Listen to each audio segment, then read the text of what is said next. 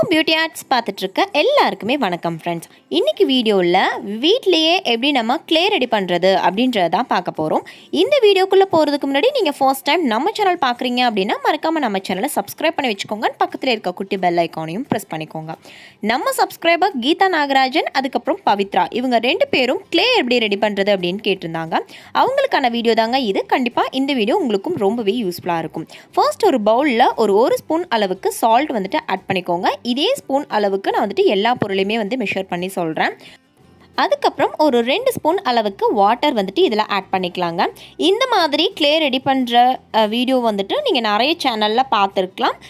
நம்மளோட சப்ஸ்கிரைபர் கேட்டதுனால நம்ம சேனலில் நான் இந்த வீடியோ வந்துட்டு போஸ்ட் பண்ணுறேன். ஓகேங்களா?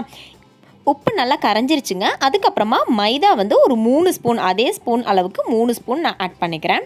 தென் வந்து ஒரு 1/2 ஸ்பூன் அளவுக்கு ஏதாவது ஒரு ஆயில் வந்துட்டு ஆட் பண்ணிக்கோங்க. எந்த ஆயிலாக இருந்தாலும் பரவாயில்ல, ஆயில் ஆட் பண்ணிக்கலாம்.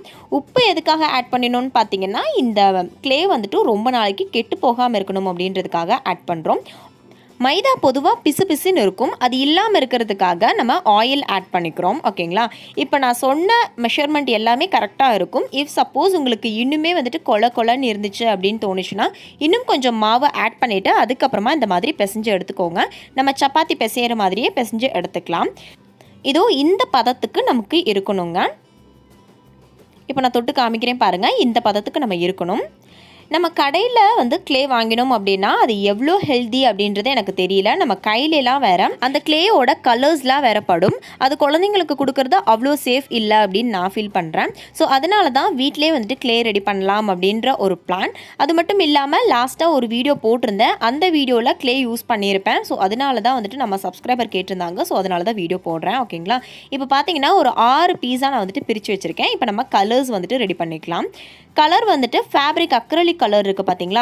அந்த அக்ரிலிக் கலர் நீங்கள் ஆட் பண்ணினீங்க அப்படின்னா உங்களுக்கு வந்துட்டு அந்த க்ளே வந்து அந்த கலரில் மாறிடும். இப்போ பாருங்கள், ரெட் கலர் வந்துட்டு சும்மா ஒரு பிஞ்ச் மட்டும் நீங்கள் ஆட் பண்ணினா போதும். இந்த அளவுக்கு ஆட் பண்ணிவிட்டு நல்லா அந்த மாவை பிசைஞ்சு விட்டுக்கோங்க.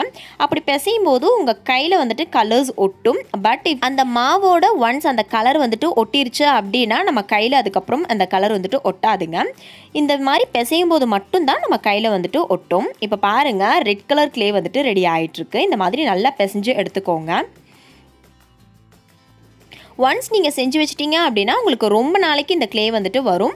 பட் நீங்கள் வந்து இதை நல்ல ஏர் டைட் பாக்ஸில் வந்துட்டு உருட்டி போட்டு ஃப்ரிட்ஜில் வந்துட்டு நீங்கள் ஸ்டோர் பண்ணி வச்சுக்கோங்க. அப்போ உங்களுக்கு கண்டிப்பாக ரொம்ப நாளைக்கு இது வந்துட்டு வரும். இப்போ ரெட் கலர் க்ளே வந்துட்டு ரெடி ஆயிடுச்சு. இதே மாதிரியே நான் வந்து ஒரு 6 கலரில் ரெடி பண்ணி எடுத்துக்க போகிறேன். அடுத்து நான் ப்ளூ கலர் எடுத்திருக்கேன். அதே மாதிரியே ரெடி பண்ணிக்கிறேன்.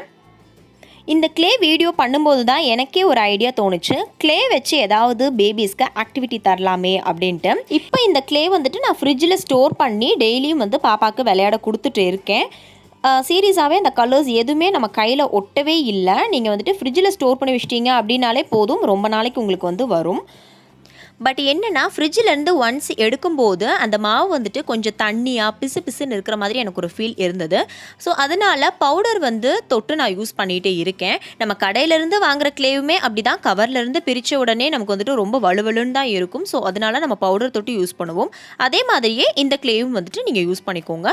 கண்டிப்பாக இந்த வீடியோ உங்களுக்கு ரொம்பவே யூஸ்ஃபுல்லாக இருந்திருக்கும் நம்புகிறேன். பிடிச்சிருந்துச்சு அப்படின்னா லைக் பண்ணுங்கள், ஷேர் பண்ணுங்கள், நிறைய கமெண்ட் பண்ணுங்கள். இந்த மாதிரி வீடியோஸ் உங்களுக்கு தொடர்ந்து வேணும் அப்படின்னா மறக்காமல் நம்ம சேனலை சப்ஸ்கிரைப் பண்ணி வச்சுக்கோங்க. பக்கத்தில் இருக்க பெல் ஐக்கானையும் ப்ரெஸ் பண்ணி வச்சுக்கோங்க. Thank you friends. Take care. Thanks for வாட்சிங். நெக்ஸ்ட் வீடியோவில் சந்திக்கலாம். பை.